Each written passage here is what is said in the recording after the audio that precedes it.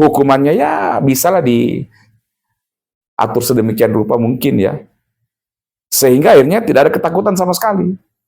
Atau ini yang lebih luar biasanya, sahabat Solmat Official, beliau itu, bapaknya itu bagian daripada KPK gitu di waktu yang lalu. Ibunya adalah pendiri Hatta Foundation yang bergerak dalam perlawanan terhadap kegiatan-kegiatan korupsi.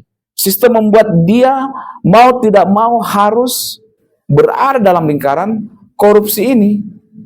Korupsi, kolusi, dan nepotisme. Karena kenapa? Ya mungkin atasannya, selevelnya, seniornya, dan lain sebagainya. Nah itu.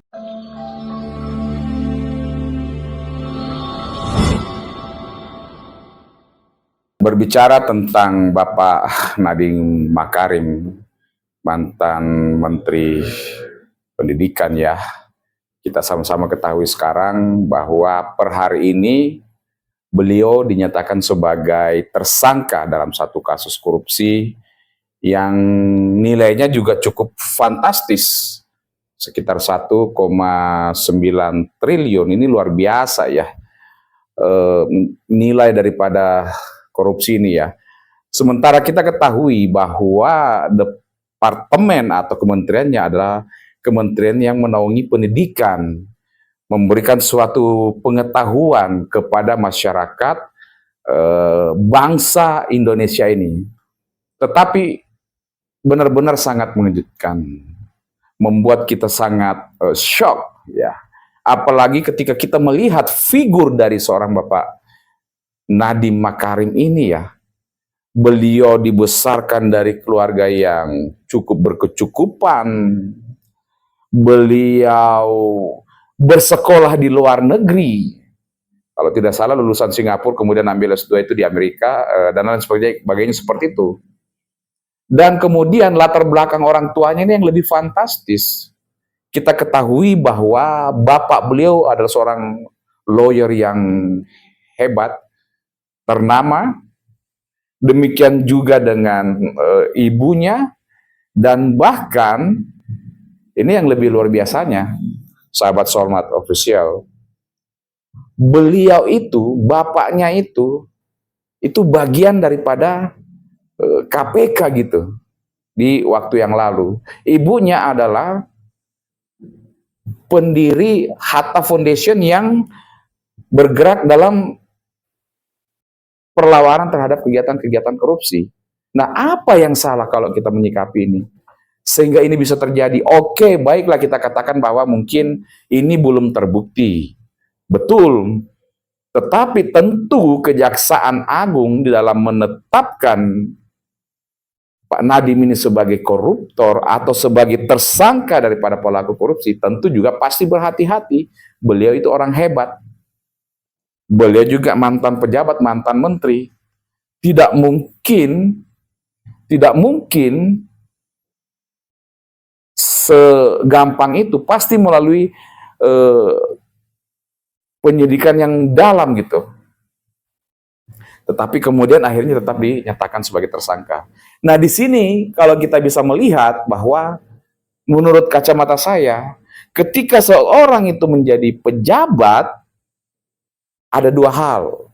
Yang pertama, sistem mungkin membuat mereka tidak bisa keluar daripada lingkaran korupsi itu. Sistem membuat dia mau tidak mau harus berada dalam lingkaran korupsi ini. Korupsi, kolusi, dan nepotisme. Karena kenapa? Ya mungkin atasannya, selevelnya, seniornya, dan lain sebagainya. Nah itu.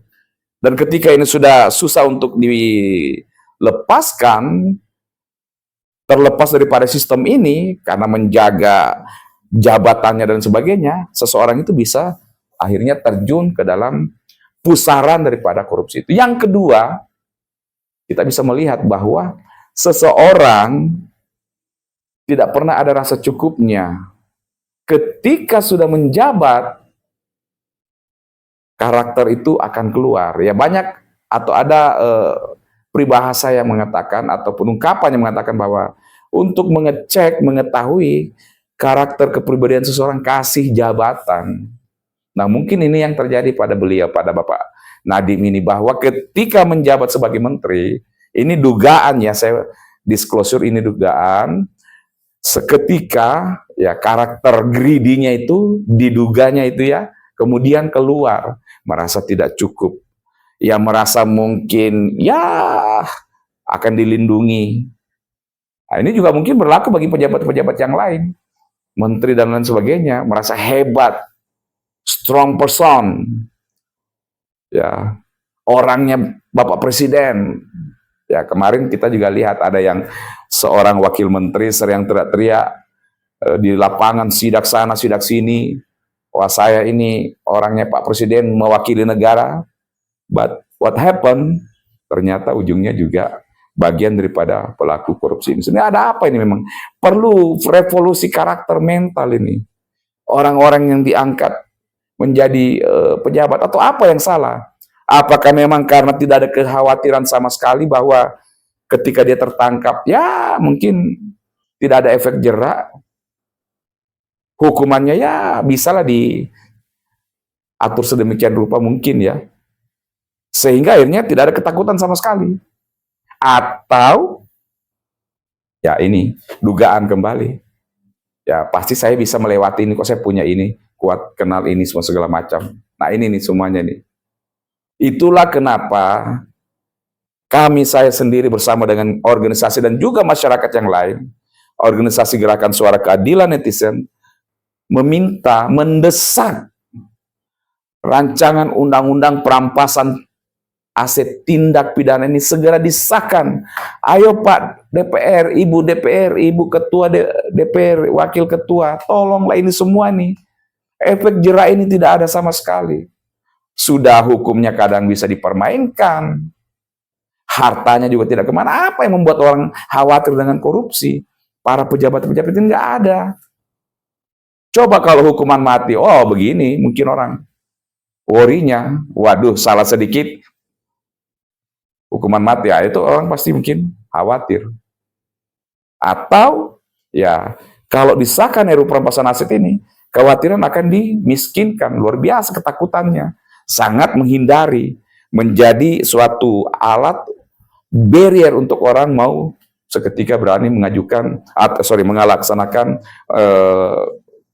kegiatan-kegiatan yang dalam wujud menuju ke perbuatan tindak pidana korupsi. Nah ini nih, ujungnya memang harus ada satu tools, kalau memang tidak bisa dihukum mati, ya paling tidak RUU perampasan aset ini menjadi suatu alat surat sakti, undang-undang yang sakti, membuat efek jera koruptor ke depannya, supaya setiap orang yang punya potensi menjadi teramat takut dan berhati-hati, karena begitu ketangkep, negara bisa memiskinkan.